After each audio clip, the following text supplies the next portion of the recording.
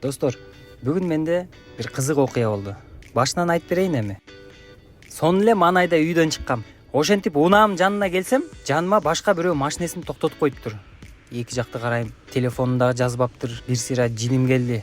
Кой, сабыр кылайынчы деп. Унаамдын ичинде отурдум бир 10-15 мүнөттөй. Ал унаанын айдоочусу келеби десем, дагы деле жок. Анан айла жок, унаамдын ичиндеги оокат жайларын да алып алып такси чакырайын деп атсам, Нави такси келатыптыр. Ошентип айдоочу байке менен бир топко чейин сүйлөшүп бардык. Нави такси менен Яндекс таксинин айырмасы кандай деп сурасам, Яндекс такси ал ата мекендик эмес, чет жактын компаниясы экен. Ал эми Нави такси биздин ата мекендик компания дейт. Ошондуктан ушул компанияда машинелер аз болсо дагы, клиент аз болсо дагы мен ушул жерде иштеп жүрөм көп жылдан бери дейт.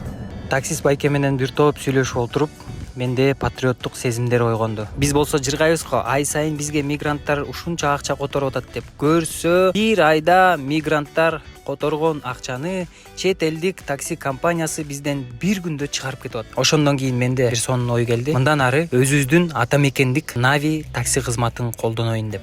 Канча болду? 20 сом болду.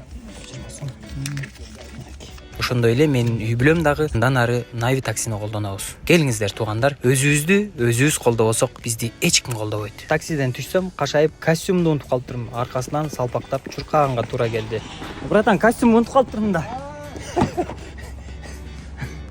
Костюм унутуп барат. Макул элиңиз. Макул. Чоң рахмат.